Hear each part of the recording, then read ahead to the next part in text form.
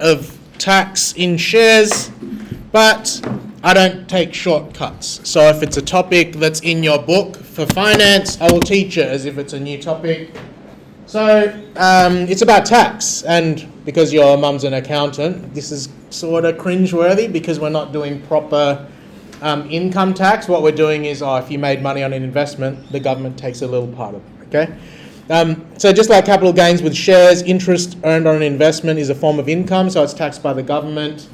So we need to acknowledge that any earnings from interest are reduced according to your overall income, according to tax brackets, exactly like we did for capital gains, but without the concept of the amount changing based on how long the shares were held. That doesn't apply here. So what are your steps? There are 4 steps. Step 1, first you need to work out what your overall income is from all sources. Usually this is your job and any interest earned. So the first formula would be overall income is equal to job income plus interest income. A minute or so to get that, please. Step 1.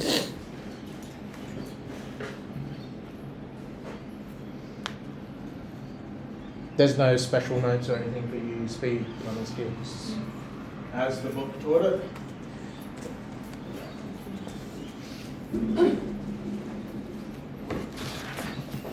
There's some houses going on sale in Aberfoyle recently. You can pretend to buy one of those in your assignment. But there's no trains around here, so... No trains, no. So it's not served by public transport well. I mean, the public transport line is buses. Yeah.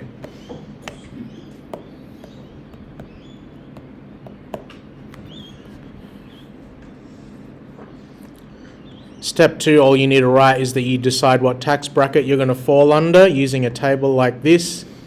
But you don't need to copy that table down, because in your test you'll be given the table or you'll be given the tax bracket. And these aren't realistic now anyway. In real life, the tax brackets are completely different now. For your assignment, you'll look them up yourself.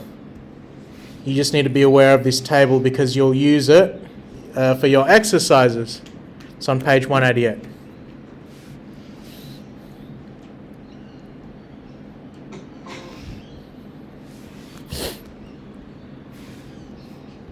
After you've worked out your tax bracket, formula 2, tax on interest is equal to the interest times the marginal tax rate as a decimal.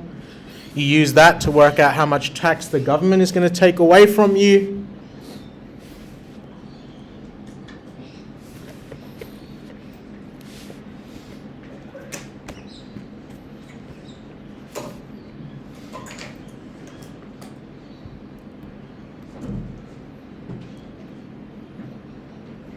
And then step 4, work out how much of your interest you actually get after the government taxes you using this formula here. After-tax return is equal to your interest minus the tax on that interest. Same formula as shares, slightly different context. So 3 formulae today. We'll do an example and then I'll be quiet.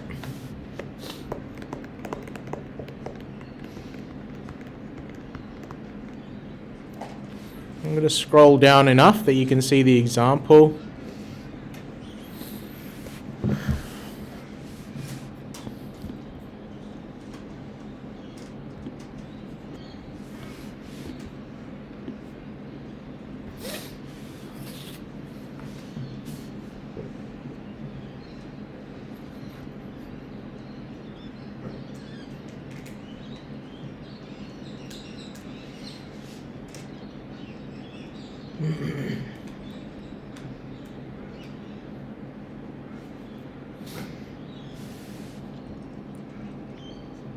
I'd like to try those formulae on this more realistic context here. Liam put $5,000 in an account, paying 4% per annum interest, compounding half yearly. So the only unrealistic thing about this is the half yearly. Banks would compound monthly. And he put it away for 3 years. A, find the interest earned. Given that Liam earns $18,000 a year from his job, how much tax must he pay on the interest he earns? And what's the after-tax return? So hopefully you get, after I showed TVM Solver, as soon as it says compound interest, just use TVM Solver. Don't worry about no formula or anything, it's just faster. Can someone remind me how to access TVM Solver? Yes? So you press the apps button, Yep. enter finance, enter TVM solver. Good. So what is my working out when I'm doing TVM Solver questions? I show you what I'm putting in. PV, PMT, FV, PY, CY. We want to work out the interest Liam earned. This TVM Solver doesn't tell you the interest earned, it just tells you what it grows up to. So we're going to find FV, put a star next to that. So looking at this question, is it important that he put $5,000 in? Yep. So which of the variables would that be? PV. Good. What sign would it be? Negative. Negative, because he's got it in his pocket and he's putting it in the bank. What's the other thing that I know straight up? What does it say the interest rate is? So you just put 4, no conversion. PMT, does it say that Liam's putting regular payments in at all? No, he's just putting $5,000 in and just leaving it alone. So PMT is going to be nothing. FV is what we're solving for, so leave it alone. PY and CY, it doesn't say anything about payments per year. It does say something about compounding per year. How often is it compounding a year? If it's half yearly? 2. So there's 2 half years in a year. PY and CY tend to stay the same unless the question says they're different. So now I go back and I can work out N, because N is the total number of compound periods. If it compounds twice a year for 3 years, how many times is it going to compound? 6. You can do that maths here. 2 times by 3 is 6, 4. How do I make it negative? Do I do the take sign? No, I do the negative sign, negative 5,000, no payments, 2 and 2. Notice that it makes it the same automatically. Alpha, enter. So it tells me 5630.81 to 2 decimal points. So therefore, what did it start off as? $5,000. Therefore, $630.81 of interest. B, given that Liam earns $18,000 a year from his current job, how much tax must he pay on the interest? Well, we need to work out his total income. Total incompetence.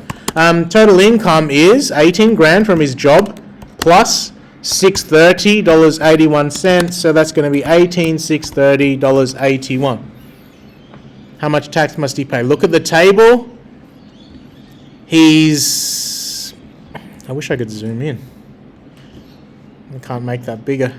You've got 0 to 18,200 is 0 tax. Is he above 18,200? Yep. So he got pushed in. He used to be in the 18,000. He used to pay no tax. But because of the interest, he's going to be pushed into the 19% bracket. So 19% bracket. So tax on interest is going to be the $630.81 he was supposed to get times by, what's 19% as a decimal? 0.19. Do you guys remember how I quit out of this without turning it on and off?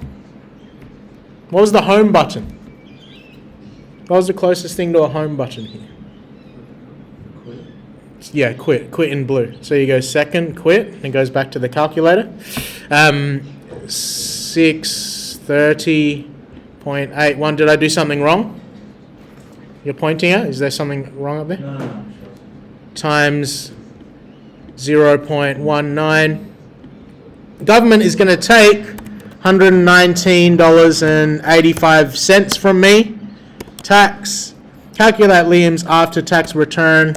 After-tax return is going to be, he was supposed to get $630.81. Government took $119.85. So 630.81 minus 119.85. He'll get $510.96 after tax. It's a taxation question for your finance topic. Hopefully it's revision for you, but if not, well, there it is again. I'll stop the video now.